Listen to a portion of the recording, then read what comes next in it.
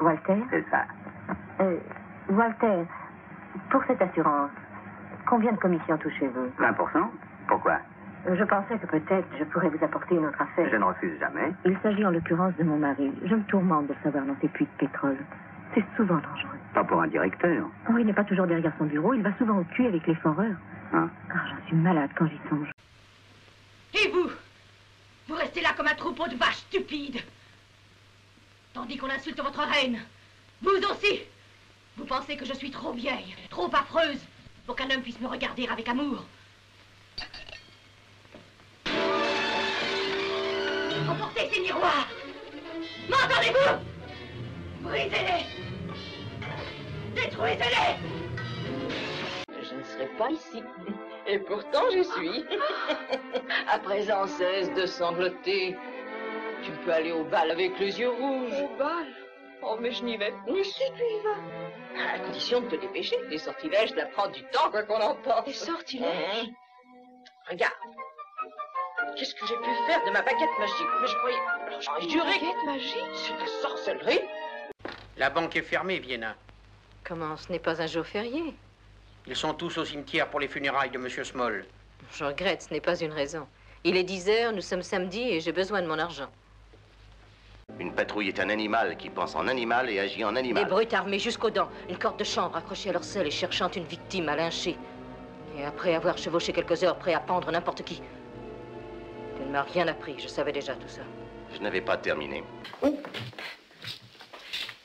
Doucement, attention, attention. Que Dieu bénisse cette maison. Merci. Oh, faites attention. Dans ce coin, auprès de la fenêtre. Non, non, tournez-le de cette façon-là. Oui, pour que la fenêtre éclaire le pupitre. C'est très bien, je vous remercie. Et où faut-il le mettre? Bonjour, Grâce. Tiens, regardez ce que le Père Noël apporte. Bonjour, Alma. C'est vous ma cliente? Oui, Karl. Elle va en ville pour assister au concert. Et pour voir ma sœur. Alors, on peut se faire servir? On dirait que vos voyageurs ont faim. Oh, je vais m'occuper d'eux. Oh, j'ai 2 cinglés de cow-boy. Le jeune, c'est un enquiquineur de première. Dieu d'Abraham, je te remets cette créature innocente, afin qu'elle vive pour te servir. Mon noble Seigneur, c'est ma ceinture, je n'ai pas la force de l'arracher de dessous cette pied. Ce bloc est un bien lourd fardeau pour tes vieilles épaules. Dieu vient de me rendre des forces et d'alléger mon fardeau. Enlève tes mains de là! Non, non, mais... Ah, je t'appellerai quand ce sera prêt. Par les cornes du diable, je n'ai jamais vu un lapin aussi gourmand que ça.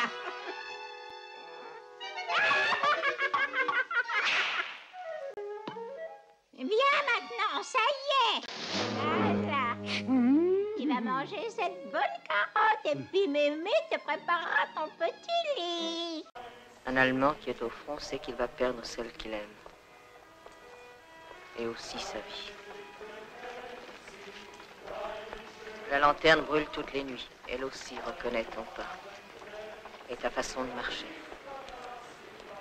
Elle brûle toutes les nuits, mais il y a beau temps qu'on me délaisse. Si tu ne viens pas à moi, qui va être avec toi? C'est bien ce que je pensais. C'est la raison pour laquelle je suis ici. Je crois que tu as surtout besoin de te distraire. Il ne faut pas te laisser aller, ma chérie. Tu es trop seule, tu penses à trop de choses. Ce qu'il te faut, c'est un peu de gaieté et aussi de l'exercice. Oui, bien sûr, mais je n'ai plus de goût à rien. Oh, mais vous dites des bêtises. Elle est grande comme ça, tenez. Vous le savez bien, voyons. Eh ben moi, alors, je l'aurais percée dans mes bras. Oui, et tu l'aurais laissé tomber. Il faut d'abord grandir et manger de la soupe. Allez, venez, on va déjeuner. C'est exact. Pourquoi? À cause de... Eh bien, à cause de ta tante. Voilà pourquoi. Mais c'est extraordinaire. Pas pour nous. N'est-ce pas, monsieur Mears? En effet, oui. Oui, oui. Enfin, pour en revenir à ce satin blanc, je le trouve exquis. D'ailleurs, je l'avais choisi. Oui, je crois que c'est le plus joli. Vous êtes pâle comme la mort, mon enfant. Je l'ai vu.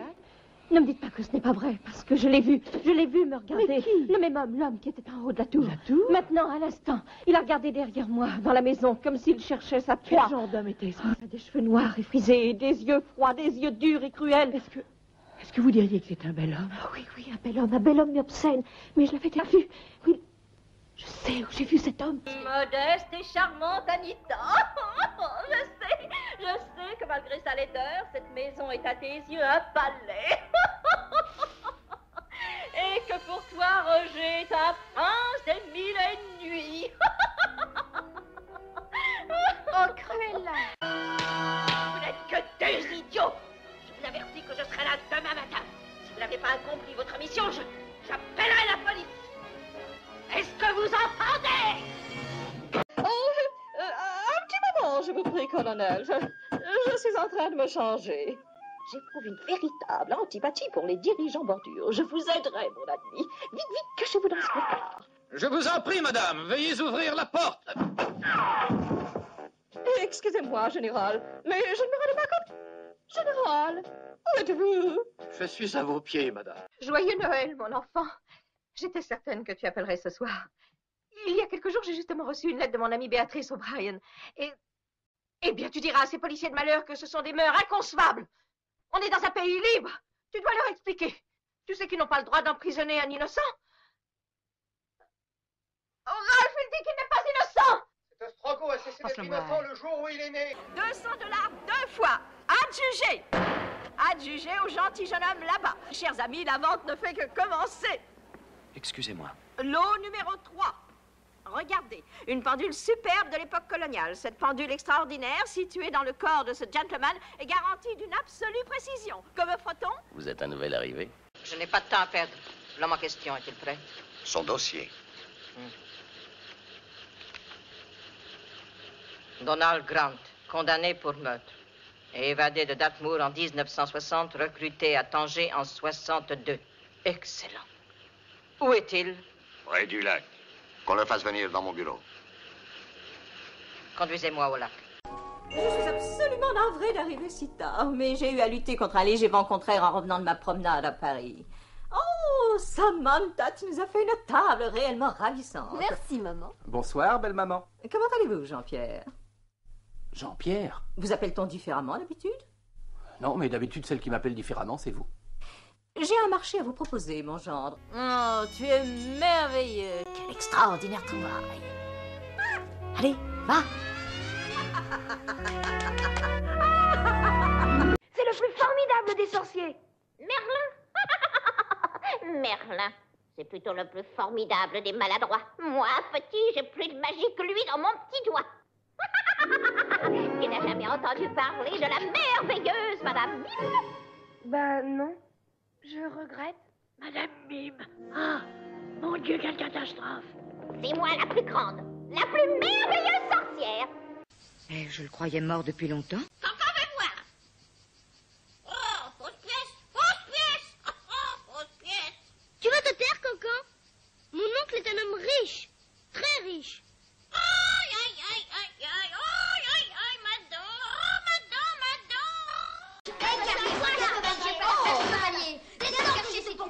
Arrêtez immédiatement! Les enfants, voici Miss Price. Carrie, Charlie et Paul Rawlins. Ils arrivent directement de Londres. Bonjour les enfants. Comment ça va, Miss? Salut. Le gouvernement tente actuellement d'évacuer le plus d'enfants possible vers les zones rurales. Pas judicieux de sa part. C'est ça qui m'envoie. C'est ça. Alors, vous dites, demain soir, à l'auberge de la Cabezza Negra, Il t'attendra. il m'attendra.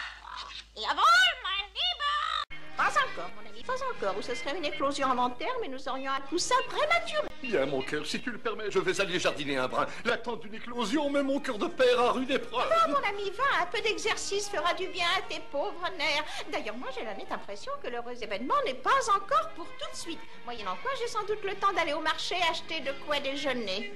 Bonjour, madame. Quelle bonne surprise, hein? Oh, bonjour, lieutenant. Vous aimez les surprises autant que moi? Oh, ça dépend, madame. J'en ai subi quelquefois de sévères. Subi et fait aussi, je suppose. Vous venez souvent ici? Ça m'arrive, oui, le matin surtout, pour promener mon chien. Oh, vous êtes tombé du lit, monsieur Hendricks. Est-ce que le chef est déjà là? Oh, bravo, chef. Je n'ai plus qu'à m'en aller, moi, alors. Polly, si vous voulez que notre système de classement fonctionne, débarrassez-moi des affaires qui traînent. Je ne veux voir que ce qui est en cours. Bien, chef. Dites, je vous signale qu'on reçoit des tas de réclamations pour l'école de karaté. Il paraîtrait que les minimes cassent tout ce qui leur tombe sous la main. Ah oui? Et alors? Qu'est-ce que vous êtes? Je suis une petite fille. Petite? Oh, petite? Oui, si, je suis. Enfin, j'étais une petite fille. Et vous allez prétendre que vous ne mangez jamais d'œufs, hein? Oh si, je les adore. Mais j'en étais sûre. Serpent! Serpent! Je vous en prie, cessez de crier. C'est la grande tante Elroy. Qu'est-ce qu'elle a l'air sévère. J'ai enfin décidé de venir m'installer avec mes chers descendants dans cette vieille résidence familiale occupée trop plus souvent. Je vais profiter de cette occasion pour vous présenter mes chers petits héritiers. Venez près de moi, mes chéris.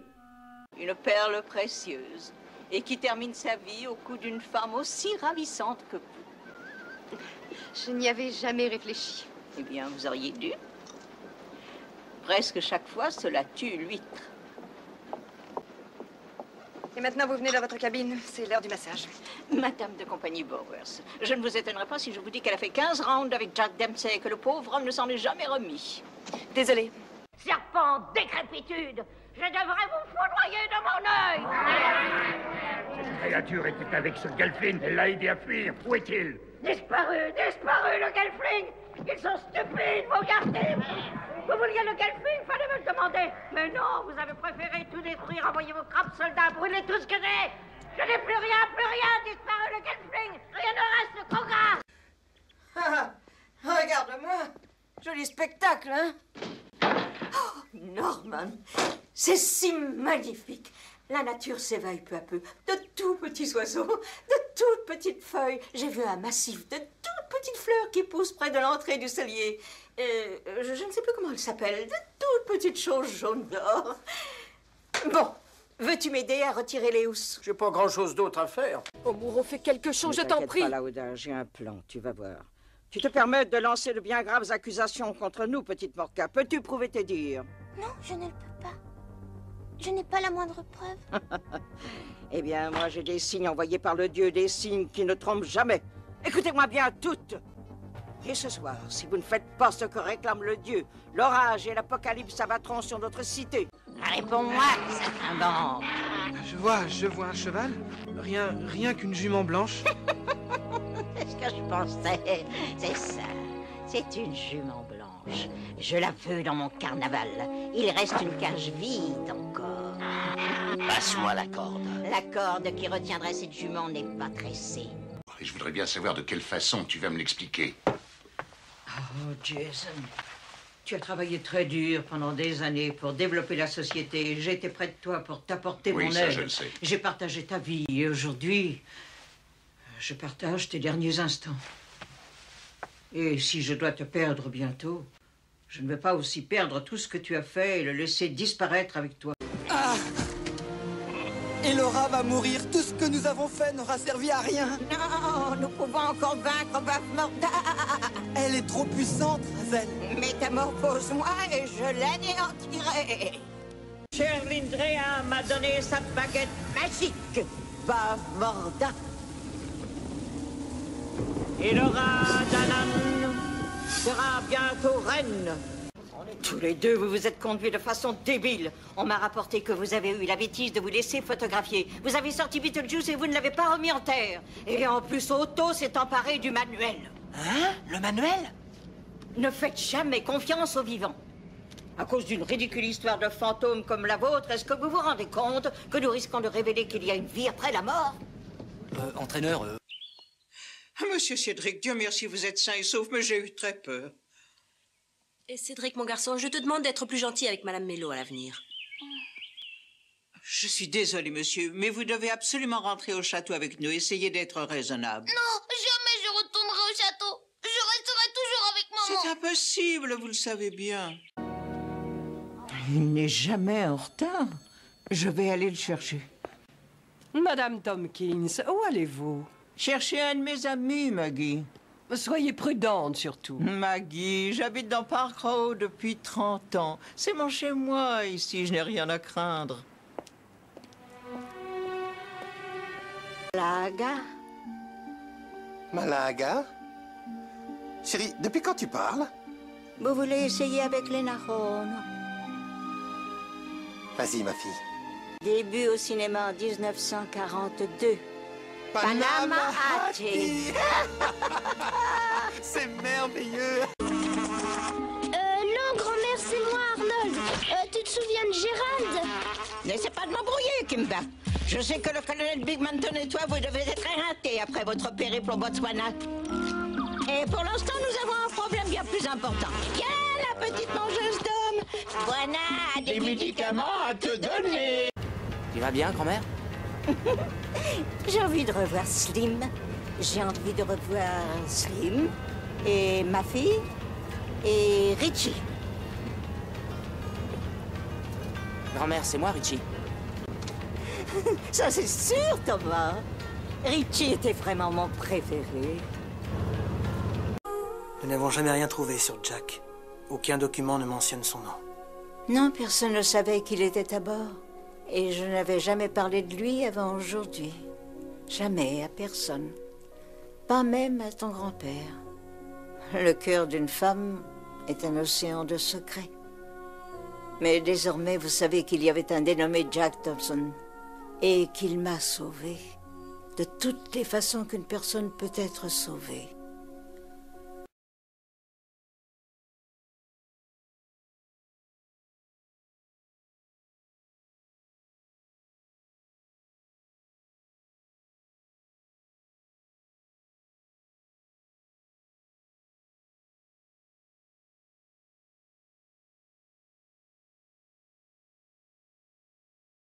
Seulement, faut vous méfier, hein. Parce que c'est un gars qui a une technique à lui. Numéro 1, un petit mot gentil qui vous fait plaisir. Numéro 2, un petit apéritif. Numéro 3, une heure de frotti-frotta. Et tu penses à la casserole sans même te rendre compte de ce qui t'arrive. Seulement le lendemain, tu le cherches, et ben, il n'y a plus personne. Merci pour le renseignement. Alors, ma petite Marcel, on se prend un peu pour la couronne? Oh, dites, rengainez votre salade, vous de moustachus, de quoi que je me mêle.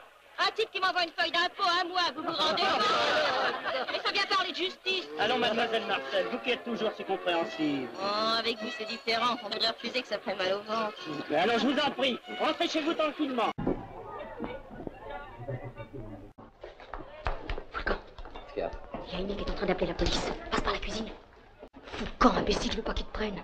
Oh, fais ça pour moi, quoi. S'il y a une histoire dans ma boîte, ils la fermeront pendant 6 mois. Bien. Quoi? Suis-moi. Tu es fou. Tu parles d'une soirée? Dolores. Tu n'as pas été chic avec ce garçon, tu sais. Et alors? Il fallait t'attendrir sur tous tes clients? Oui, mais celui-là, c'est différent.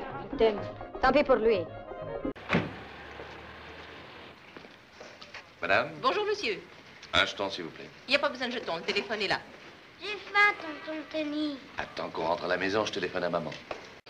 Madame? Monsieur? Le petit a faim, vous pouvez lui faire un sandwich? Bien sûr, monsieur. Où tu vas, tonton Tony? Reste tranquille, je reviens tout de suite. Je prendrai ma monnaie en revenant. Je vous le confie. Oui, allez, monsieur. Oui. Alors, bonhomme, qu'est-ce que tu veux manger? Un débauché. Voilà ce que tu es. Et pourtant pas l'éducation que nous t'avons donnée. Et dans l'appartement de ma propre mère. C'est une honte. Ah oui, une honte. Ah oui, mais cet appartement, tu vas le quitter en vitesse. Nous le reprenons. Allez, viens, Simone, rentrons. Nous en avons assez vu comme ça. Allons à l'hôtel. Ça vaut la peine que tu nous fais. J'aimerais mieux te savoir mort plutôt que de subir un pareil affront. Viens, Simone, dépêchons-nous, nous avons affaire. Voilà. Et je veux que tu sois parti pour la fin du mois, c'est compris. Adieu.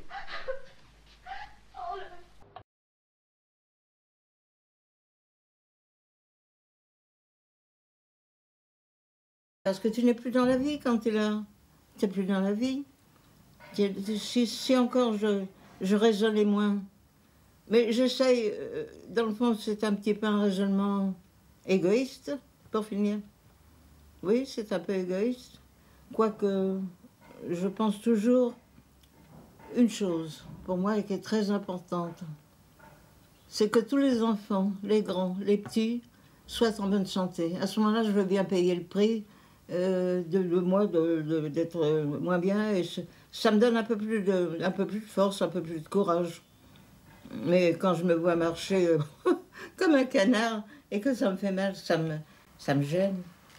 J'ai un peu honte. C'est vrai. C'est vrai. J'ai un petit peu honte. J'ai un peu honte de cette dégradation. Oh, bah, les gens, je t'en raconte des choses, hein.